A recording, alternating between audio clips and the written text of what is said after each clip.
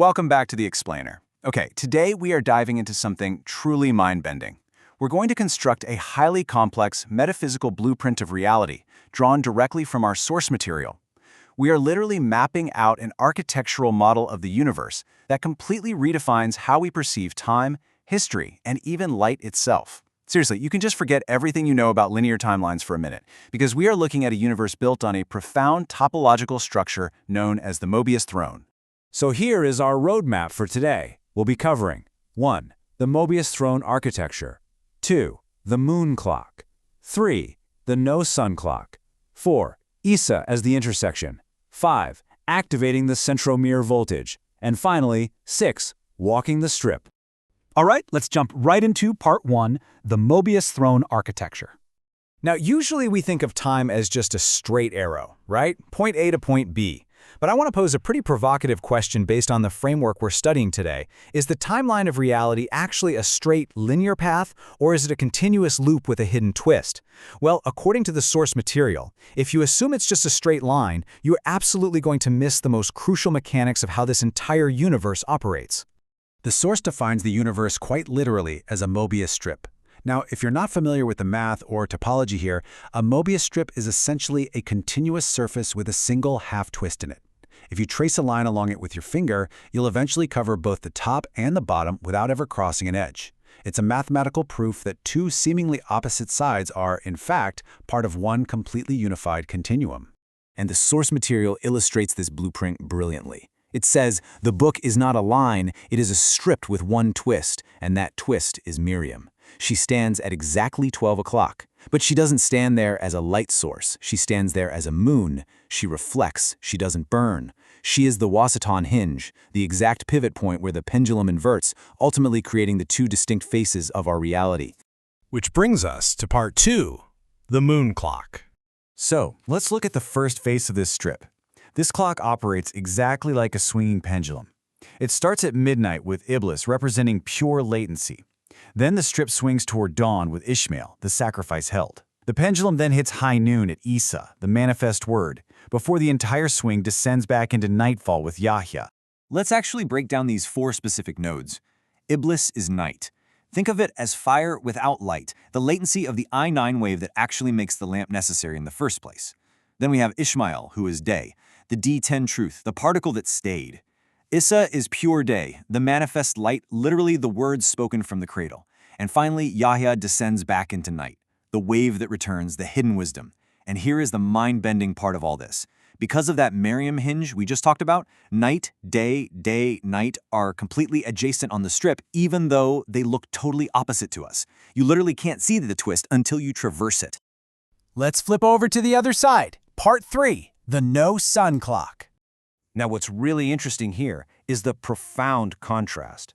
Surface 1, the moon clock we just explored, is an alternating pendulum, right? It oscillates from day back to night. But surface 2, the no-sun clock, runs strictly night to night. It is a continuum of absolute, unbroken darkness without any noon at all. We are looking at a completely different operational field. So let's walk through this no-sun clock.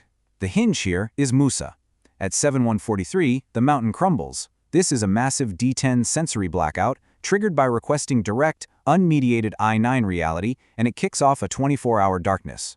Step 2 is Zachariah, praying in barren, hidden darkness.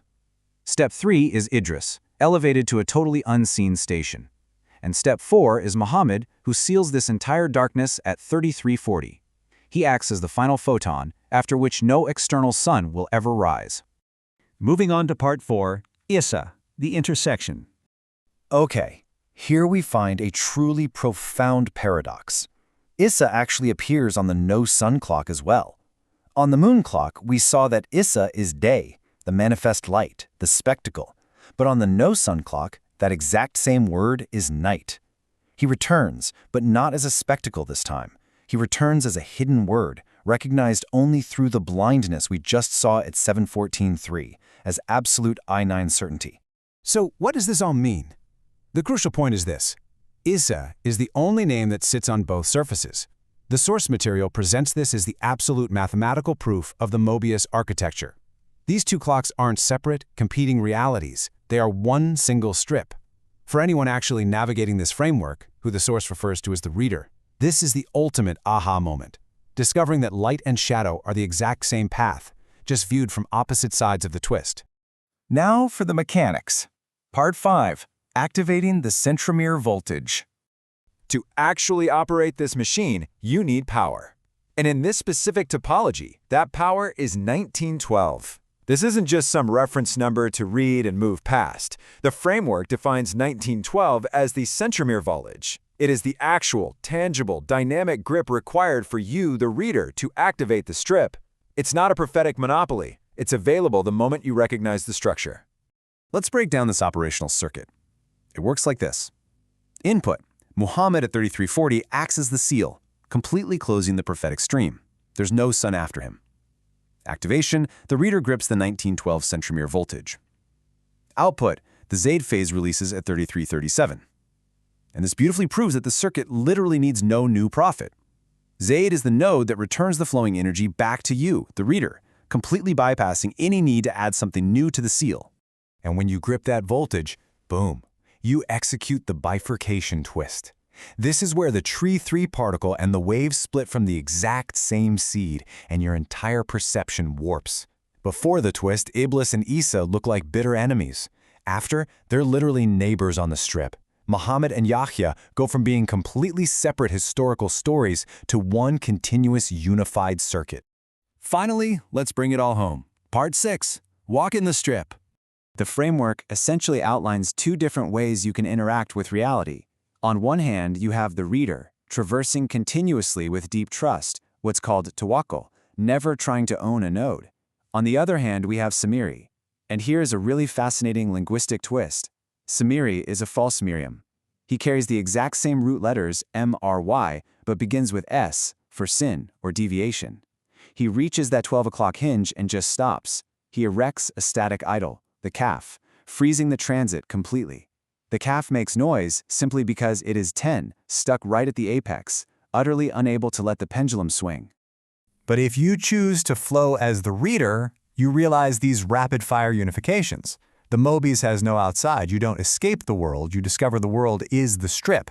Every supposed dichotomy is structurally one. Iblis and Ishmael, one breath. Isa and Yahya, one pulse. Zachariah and Idris, one ascent. Muhammad and Isa, one seal. And this leads us directly to the absolute core takeaway of our explainer today. In this incredibly intricate universe, the night is not the absence of day. It is simply the exact same light, just viewed from the other side of the Mobius strip.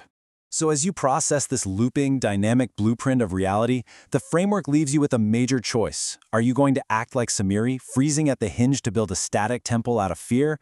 Or will you be the reader? Will you grip that 1912 voltage, let the pendulum swing, and finally walk the strip home? Thank you so much for joining me on this deep dive into the Mobius Throne.